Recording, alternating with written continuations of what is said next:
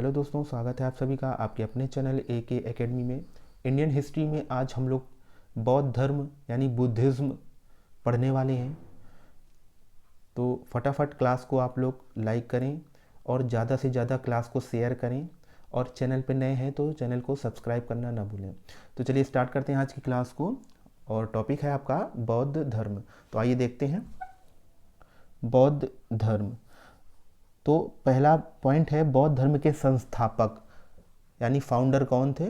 तो आप लोग बताएंगे बौद्ध धर्म के संस्थापक जो थे गौतम बुद्ध थे। नेक्स्ट पॉइंट है कि गौतम बुद्ध को एशिया का ज्योतिपुंज कहा जाता था, यानी लाइट ऑफ एशिया बोला जाता था। तो इनको याद रखिएगा, एग्ज़ाम में पूछा जा सकता है आपके कि लाइट ऑफ एशिया यानी एशिया का ज्योतिपुंज किसे कहा जाता है।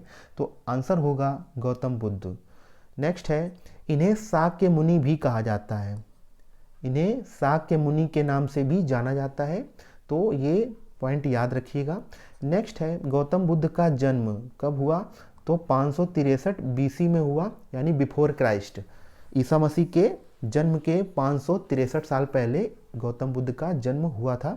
और कहाँ पे हुआ था। तो नेपाल के कपिलवस्तु के लुम्बिनी नामक ग्राम में हुआ था। तो इम्पॉर्टेंट पॉइंट है दोस्तों, याद रखिएगा कि कई बार एग्जाम में पूछा जाता है कि गौतम बुद्ध का जन्म कहाँ हुआ था। तो आप लोग याद रखिएगा नेपाल के कपिलवस्तु के लुम्बिनी नामक ग्राम में हुआ था। चलिए आगे बढ़ते हैं और नेक्स्ट पॉइंट को देखते हैं कि इनके बचपन का नाम क्या था। कई बार एग्जाम में पूछा जा सकता है और पूछा जा चुका है आपके एग्जाम में कि बचपन का नाम बताइए। तो आप लोग बताएंगे सिद्धार्थ। पिता का नाम क्या था। तो शुद्धोधन। माता का नाम महामाया, जो कि कौशल राजतंत्र की कन्या थी। ये नाम वगैरह आप लोग याद रखिएगा। नेक्स्ट है गौतम बुद्ध की प्रथम महिला शिष्य। गौतम बुद्ध की जो प्रथम महिला शिष्य कौन थी। तो प्रजापति गौतमी थी। तो कहा जाता है कि गौतम बुद्ध के जन्म के 7 दिन बाद, यानी जब गौतम बुद्ध का जन्म हुआ था तो उसके 7 दिन बाद इनकी माता का देहांत हो गया था गौतम बुद्ध की। और इनको जो है इनकी मौसी कौन थी। तो प्रजापति गौतमी थी। तो इनकी मौसी ने ही पाला था। गौतम बुद्ध का जब जन्म हुआ तो दोस्तों उन 7 दिन बाद जो है इनकी माता का देहांत हो गया था। तो गौतम बुद्ध को जो है प्रजापति गौतमी, जो कि इनकी मौसी थी, उन्होंने ही पाला था। यही प्रजापति गौतमी जो है आगे चलकर क्या होती हैं, गौतम बुद्ध की प्रथम महिला शिष्य होती हैं। तो याद रखिएगा, इंपॉर्टेंट पॉइंट है, पूछा जा सकता है कि गौतम बुद्ध की पहली यानी प्रथम महिला शिष्य कौन थी। तो प्रजापति गौतमी। नेक्स्ट पॉइंट है, आगे देखते हैं कि गौतम बुद्ध की पत्नी का नाम क्या था। तो यशोधरा। और गौतम बुद्ध के पुत्र का नाम क्या था। तो राहुल। ये नाम याद रखिएगा। चलिए आगे बढ़ते हैं और नेक्स्ट पॉइंट है कि सिद्धार्थ यानी गौतम बुद्ध के बचपन का नाम क्या था। सिद्धार्थ। तो सिद्धार्थ अपने साथी यानी मित्र, और मित्र का नाम क्या है। तो चन्ना को चाण भी कहा जाता है। तो याद रखिएगा, चन्ना या चाण के साथ अपना घोड़ा, और घोड़े का नाम क्या था। कथक, लेकर घूमने निकले। यानी गौतम बुद्ध यानी सिद्धार्थ जो थे अपने साथी चन्ना के साथ और घोड़े को लेकर के, यानी कथक जो घोड़े का नाम था उसको लेकर के घूमने निकले। तो ऐसा कहा जाता है कि जब ये निकले थे, यानी घर से, इनको पहले इनके जो गौतम बुद्ध के पिताजी थे शुद्धोधन, इनको जो है बाहरी दुनिया से अनभिज्ञ रखते थे, यानी देखने नहीं देते थे। क्योंकि इनको जो गौतम बुद्ध के पिता थे, इनको एक भविष्यवाणी इनके साथ हुई थी, यानी एक ज्योतिष ने, या कहा जाता है कि इन्होंने एक सपना देखा था। स्वप्न में इन्होंने देखा था कि ये अपने जो इनका बेटा होगा वह या तो बहुत बड़ा साधु होगा आगे चलकर, या फिर यह क्या होगा कि बहुत बड़ा शासक बनेगा, यानी साधु बनेगा तो ग्रह को त्याग कर देगा। इसी डर से इन्होंने क्या किया कि गौतम बुद्ध को बाहर महल से निकलने नहीं दिया, और गौतम बुद्ध को यानी महल में ही बड़ा होने दिया गया, यानी घर बाहर की दुनिया से बिल्कुल अनजान रखा गया। तो गौतम बुद्ध जो है जब बड़े हुए धीरे धीरे, तो महल में ही इनकी शादी कराई गई और गौतम बुद्ध की संतान वगैरह हुई। सारे सुख जो है गौतम बुद्ध को राजमहल में ही दिए जाते थे, बाहर निकलने नहीं दिया जाता था।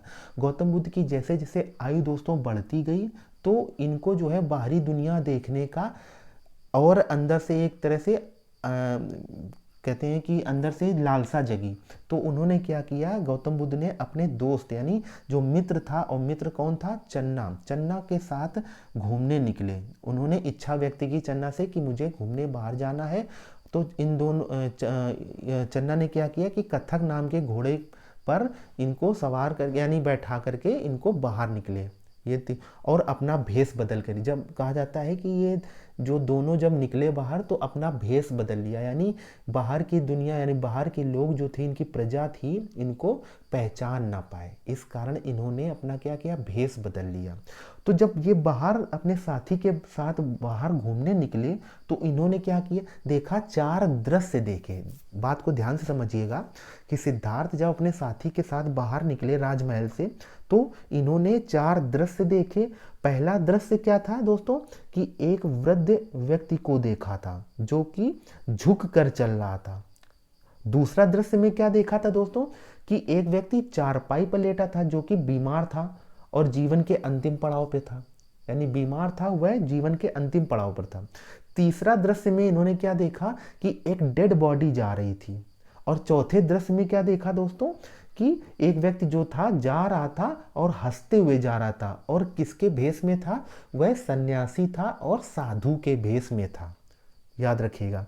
और जब इन्होंने ये चारों दृश्य देखे तो बहुत ज़्यादा ये सरप्राइज हो जाते हैं दोस्तों, बहुत ज़्यादा ही सरप्राइज हो जाते हैं और चन्ना से पूछते हैं कि इन चारों दृश्यों का अर्थ क्या है, मतलब क्या है।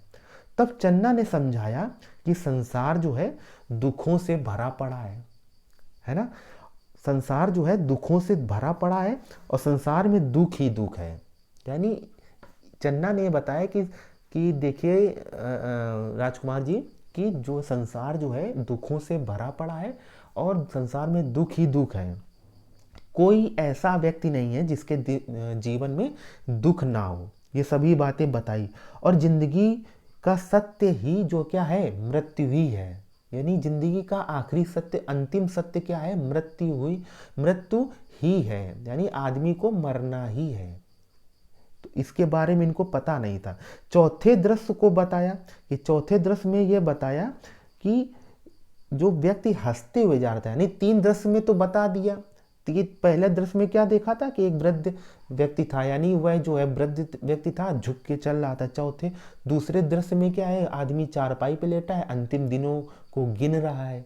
और तीसरे दृश्य में डेड बॉडी देखी, यानी मृत्यु हो गई। तो वही बताया कि जीवन का अंतिम सत्य जो है मृत्यु हुई है, मृत्यु होना ही है। और चौथे दृश्य में बताया कि जो आदमी हंस रहा था वह एक सन्यासी था जो गृह त्याग कर चुका था और अपने साथ सभी मोह माया को त्याग करके अपने जीवन के लक्ष्य की प्राप्ति करना ही बनाया है। यानी जो सन्यासी था जो हंसते हुए जा रहा था वह एक साधु था और अपने घर को त्याग चुका था और जीवन का जो अंतिम लक्ष्य था, जो जीवन का लक्ष्य था मोक्ष की प्राप्त करना, उसे ही बनाया था दुखों और मायू यानी दुख। इसके साथ अब ये सभी चारों जब दृश्य सिद्धार्थ ने देख लिए तो वह क्या होते हैं, बहुत ही दुखी होते हैं और मायूस होकर सिद्धार्थ को अपने महल लौटने का आदेश देते हैं। कहते हैं कि अब चला जाए। चारों दृश्य जब देख लेते हैं तो बहुत दुखी हो जाते हैं और वह महल जो है लौट आते हैं। इसके साथ अब जब उन्होंने देखा कि चारों दृश्य में कि ये ऐसी सी बात है, जीवन का अंतिम सत्य जो है मृत्यु ही है, तो ये सभी चीज़ें बेकार है। जो राजमहल में उनको सुख मिल रहे थे, उन्होंने सोचा ये सभी चीज़ें बेकार है, जब मरना ही है।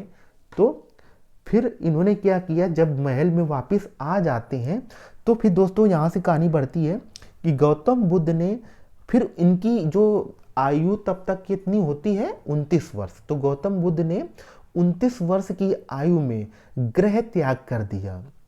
यानी 29 वर्ष की आयु में क्या हुआ, इन्होंने गृह त्याग कर दिया। और इस घटना को बौद्ध धर्म में दोस्तों क्या कहा जाता है, तो मोस्ट इंपॉर्टेंट पॉइंट है, इसको याद रखिएगा, महाभिनिष्क्रमण कहा जाता है।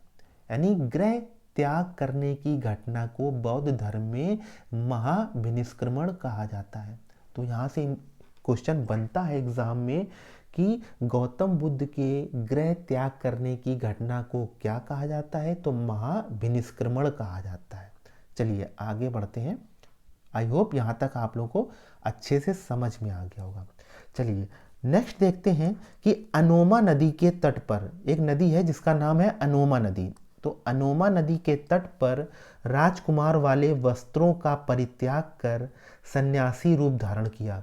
यानी यह राजमहल से बाहर निकल आते हैं और अनोमा नदी के तट पर पहुंचते हैं। इन्होंने क्या किया, अपने राजकुमार के जो भी वस्त्र वगैरह पहने हुए थे राजकुमार के, वह वस्त्रों का उन्होंने त्याग किया, परित्याग कर देते हैं और सन्यासी यानी साधु का रूप जो है धारण कर लेते हैं। नेक्स्ट है, मगध की पहली राजधानी को क्या कहा जाता था, राजगृह या गिरिव्रज कहा जाता था दोस्तों। तो याद रखिएगा, मगध की जो पहली राजधानी थी राजगृह या गिरिव्रज कहा जाता था। यहीं पर इन्होंने अपने प्रथम गुरु अलार कलाम, याद रखिएगा इनके प्रथम गुरु का नाम क्या था, प्रथम गुरु का नाम था अलार कलाम। तो इनसे ही योग एवं उपनिषद की शिक्षा प्राप्त की। यानी क्या होता है कि मगध की जो है पहली राजधानी राजगृह कहा जाता था। तो यहीं पर जब वो पहुंचते हैं तो इनके प्रथम गुरु कौन थे, अलार कलाम। तो इनसे ही इन्होंने योग और उपनिषद की शिक्षा प्राप्त करते हैं। इसके बाद यह वैशाली पहुंचते हैं जहां पर रुद्रक रामपुत्र से भी इन्होंने शिक्षा प्राप्त की वैशाली में। तो याद रखिएगा, राजगृह में इन्होंने अलार कलाम से और वैशाली में रुद्रक रामपुत्र से शिक्षा प्राप्त की है। आगे बढ़ते हैं। नेक्स्ट है, 6 वर्ष तक कठोर तपस्या के बाद। दोस्तों कहा जाता है कि जब ये तपस्या कर रहे थे, तो जब तपस्या करने जा रहे थे तो इनके साथ 4 सन्यासी और थे और ये 5वें थे। तो 5 लोगों ने मिलकर के तपस्या करना आरंभ किया। लेकिन कहा जाता है कि 4 जो अन्य थे, यह लोग बीच में ही तपस्या छोड़ करके चले गए थे और ये जो है अंतिम यानी 6 वर्ष तक इन्होंने यानी अकेले ही तपस्या की। 6 वर्ष तक कठोर तपस्या करने के बाद सिद्धार्थ को गया जो है बिहार में स्थित है। तो गया में निरंजना नदी के तट पर महाज्ञान की प्राप्ति हुई। तो इन्होंने जब 6 वर्ष तक अकेले ही कठोर तपस्या की तो यह गया में पहुंच गए थे। यानी जब ये गया पहुंचे तो गया में 6 वर्ष तक इन्होंने कठोर तपस्या की और किस नदी के किनारे, निरंजना नदी के किनारे यह कठोर तप करते हैं और कठोर तप करने के बाद इनको महाज्ञान की प्राप्ति हो जाती है। और महाज्ञान की प्राप्ति जब होती है यानी यह जो तप कर रहे होते हैं, तपस्या करते हैं, वह किस पेड़ के नीचे, तो ध्यान रखिएगा पीपल के पेड़ के नीचे, पीपल के वृक्ष के नीचे इनको महाज्ञान की प्राप्ति होती है। स्थान क्या था, गया था। नदी कौन सी थी, निरंजना नदी। और पीपल के पेड़ के नीचे इनको महाज्ञान की प्राप्ति होती है। और कितने वर्ष तक जब कठोर तप करते हैं, तो 6 वर्ष तक करते हैं दोस्तों।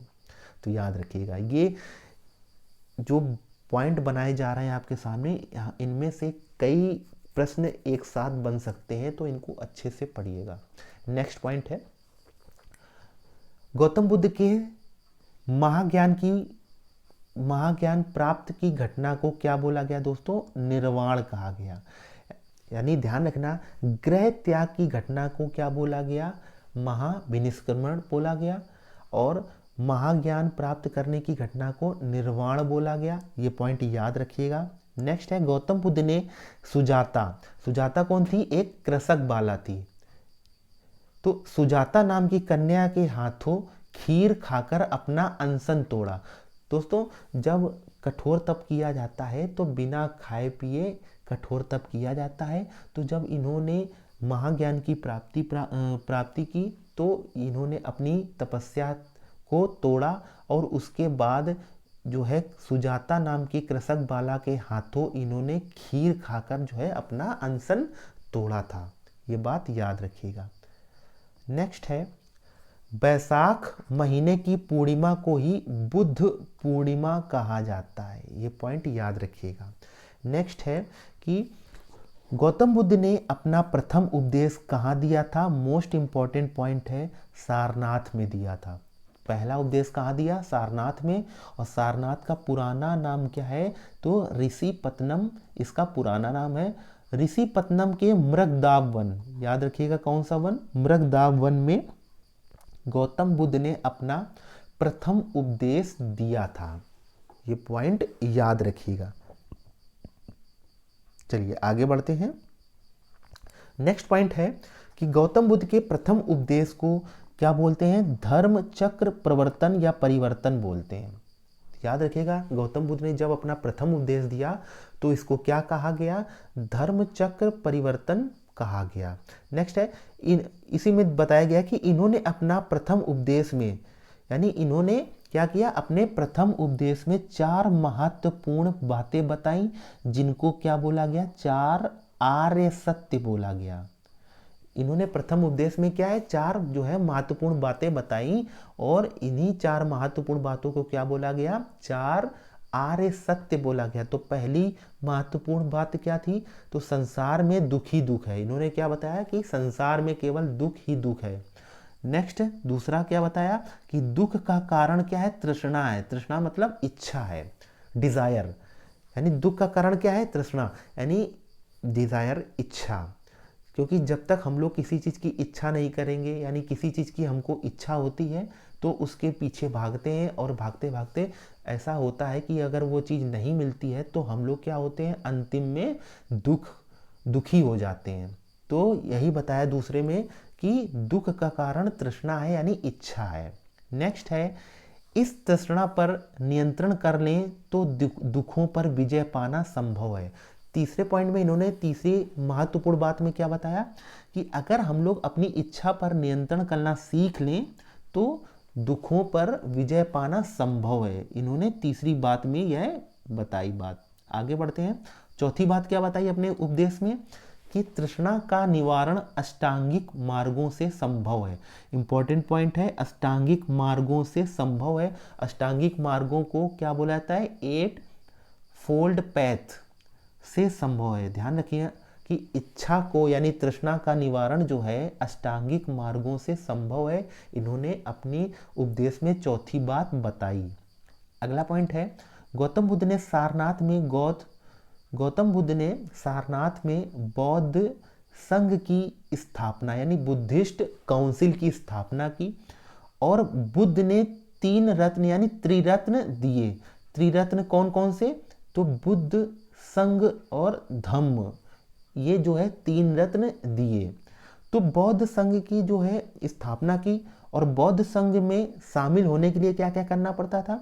तो बौद्ध संघ में शामिल होने के लिए किसी भी व्यक्ति की आयु जो है कम से कम 15 वर्ष तक ही होनी चाहिए। 15 वर्ष से ज़्यादा नहीं होनी चाहिए। यानी अगर बौद्ध संघ में शामिल होना है, बुद्धिस्ट काउंसिल का सदस्य बनना है, तो किसी भी व्यक्ति की कम से कम आयु 15 वर्ष होनी चाहिए। 15 वर्ष से कम नहीं होनी चाहिए, पहली बात। और इसके साथ ही साथ गृह त्याग भी करना पड़ता था, यानी घर को छोड़ना पड़ता था, तभी वह क्या है? बौद्ध संघ में शामिल हो सकता था। और बुद्ध ने 3 रत्न दिए, याद रखिएगा, बुद्ध, संघ, धम्म। अगला है, गौतम बुद्ध ने अपने सर्वाधिक उपदेश किस भाषा में दिए? इंपॉर्टेंट पॉइंट है दोस्तों, याद रखिएगा कि पाली भाषा में, श्रावस्ती में दिए। तो पाली भाषा में सर्वाधिक उपदेश दिए, ये बात याद रखिएगा। आगे बढ़ते हैं। श्रावस्ती जो है कौशल महाजनपद की राजधानी थी दोस्तों, याद रखिएगा। अगला है, गौतम बुद्ध ने अपने 2 शिष्य बनाए जो कि शूद्र थे। तो 2 शिष्य कौन थे? तो तपस्सु और मल्लुक। मल्लुक को कल्लिक भी बोलते हैं। तो ये 2 इनके शिष्य थे। नेक्स्ट है, गौतम बुद्ध की प्रथम महिला शिष्य कौन थी? तो आप लोग पढ़ चुके हैं, प्रजापति गौतमी, जो कि इनकी मौसी थी। आगे बढ़ते हैं। नेक्स्ट है कि गौतम बुद्ध के प्रधान शिष्य कौन थे? आनंद और उपाली हुए थे। ये जो है इनके प्रधान शिष्य यानी मुख्य शिष्य थे। अगला है, गौतम बुद्ध के समकालीन कुछ शासक हुए। तो कौन कौन से शासक हुए? तो मगध के हर्यक वंश के शासक हुए। और हर्यक वंश के शासक कौन थे? तो बिंबिसार तथा इसका बेटा जो है अजातशत्रु, जो कि गौतम बुद्ध के समकालीन थे, यानी बौद्ध धर्म को यह मानने वाले थे। और ये कौन थे? मगध के हर्यक वंश के शासक थे, बिंबिसार तथा उसका बेटा अजातशत्रु। आगे बढ़ते हैं। नेक्स्ट है दोस्तों कि गौतम बुद्ध ने अपने जीवन का अंतिम समय कहाँ पे बिताया? कुशीनगर में बताया। इंपॉर्टेंट पॉइंट है, याद रखिएगा। नेक्स्ट है, गौतम बुद्ध ने अपना अंतिम उपदेश अपने शिष्य सुगच्छ को कुशीनगर में दिया। अगला पॉइंट है, गौतम बुद्ध के एक शिष्य थे, उनका नाम था चुंदलोहार। नाम क्या है? चुंदलोहार ने भोजन में पुर्क यानी पोर्क, इसको क्या बोला जाता है? सुअर का मांस परोसा, जिसे खाकर इनको क्या हुआ? डिसेंट्री यानी अतिसार रोग हो गया। गौतम बुद्ध का एक शिष्य था चुंदलोहार, इसने क्या किया? भोजन में पुर्क यानी सुअर का मांस परोस दिया इनको, और जिसे खाकर इनको क्या हुआ? गौतम बुद्ध को अतिसार हो गया, यानी फूड पॉइजनिंग हो गई यानी डिसेंट्री रोग हो गया, और जिससे इनकी मृत्यु हो जाती है। ये बात याद रखिएगा। आगे बढ़ते हैं। यहाँ बताया गया है कि भारत में 3 शासक या 3 व्यक्ति ऐसे हुए जिनकी मृत्यु जो है अतिसार रोग यानी डिसेंट्री से हुई है। और वह व्यक्ति कौन थे? तो प्राचीन काल में आप लोगों ने पढ़ा गौतम बुद्ध, और मध्यकाल में अकबर की हो गई थी, और आधुनिक काल में पंडित जवाहरलाल नेहरू की मृत्यु हो चुकी है। नेक्स्ट आगे पॉइंट बताया गया है कि गौतम बुद्ध की मृत्यु जो है बौद्ध धर्म में महापरिनिर्वाण कहा जाता है। तो ये पॉइंट कुछ याद रखिएगा कि गौतम बुद्ध की जब मृत्यु होती है तो इसको बौद्ध धर्म में क्या बोला गया? महापरिनिर्वाण बोला गया। तो गौतम बुद्ध के जीवन से संबंधित 4 महत्वपूर्ण घटनाएं बताई गई हैं। एक बार नजर डाल लेते हैं कि पहली महत्वपूर्ण घटना क्या है? महाभिनिष्क्रमण, जिसको गौतम बुद्ध के गृह त्याग करने की घटना को बताया गया। यानी गौतम बुद्ध ने जब गृह त्याग किया था तो इस घटना को क्या बताया गया? बौद्ध धर्म में महाभिनिष्क्रमण बोला गया। अगला है निर्वाण यानी ज्ञान, महाज्ञान की प्राप्ति, यानी गौतम बुद्ध ने जब महाज्ञान की प्राप्ति की तो इसको क्या बोला गया? इस घटना को निर्वाण कहा गया। अगला है धर्मचक्र प्रवर्तन या परिवर्तन। तो गौतम बुद्ध का प्रथम उपदेश, यानी गौतम बुद्ध का प्रथम उपदेश जब इन्होंने दिया तो इसको क्या बोला गया? धर्मचक्र परिवर्तन बोला गया। और दोस्तों याद रखिएगा, अपने प्रथम उपदेश में इन्होंने 4 जो है इन्होंने 4 क्या बोला है? सत्य बताए। 4 जो है इन्होंने क्या बताया? 4 आर्य सत्य बताए। ठीक है, याद रखिएगा। आगे बढ़ते हैं। चौथा इन्होंने क्या बताया कि चौथा जो है घटना है महापरिनिर्वाण। तो महापरिनिर्वाण किसको बोला जाता है? गौतम बुद्ध की जब मृत्यु हो जाती है तो इसको क्या बोला गया? महापरिनिर्वाण बोला गया बौद्ध धर्म में। नेक्स्ट है, गौतम बुद्ध के जीवन से संबंधित 3 नदियां कौन कौन सी हैं दोस्तों? तो देखते हैं। अनोमा नदी, अनोमा नदी के किनारे क्या हुआ था कि यह सन्यासी या भिक्षु या मॉन्क बने, यानी यह जो है एक साधु या सन्यासी या कह लें भिक्षु बने थे अनोमा नदी के किनारे। निरंजना नदी के किनारे पर महाज्ञान की इनको प्राप्ति हुई थी। हिरण्यावती नदी के किनारे पर इनकी मृत्यु हो गई थी दोस्तों। ये चीज याद रखिएगा। आगे बढ़ते हैं। नेक्स्ट पॉइंट है, गौतम बुद्ध की मृत्यु के पश्चात धर्म में सुधार के लिए बौद्ध संगीतियां कराई गई। यानी बुद्धिस्ट काउंसिल वगैरह कराई गई। गौतम बुद्ध की मृत्यु जब हो जाती है तो बौद्ध धर्म में अनेकों सुधार की जरूरत थी, जिसके लिए अनेकों जो है यानी बौद्ध संगीतियां कराई गई। और बौद्ध धर्म में कुल कितनी संगीतियां हुई? तो याद रखिएगा 4 संगीतियां, यानी 4 बुद्धिस्ट काउंसिल कराई गई। तो नेक्स्ट क्लास में हम लोग चारों बुद्धिस्ट जो बौद्ध धर्म की संगीतियां कराई गई, बौद्ध संगीतियां वगैरह कराई गई, उनको नेक्स्ट क्लास में हम लोग पढ़ेंगे। आई होप ये क्लास आप लोगों को समझ में आई होगी। तो क्लास को ज़्यादा से ज़्यादा लाइक करें, शेयर करें एंड चैनल को सब्सक्राइब करना ना भूलें।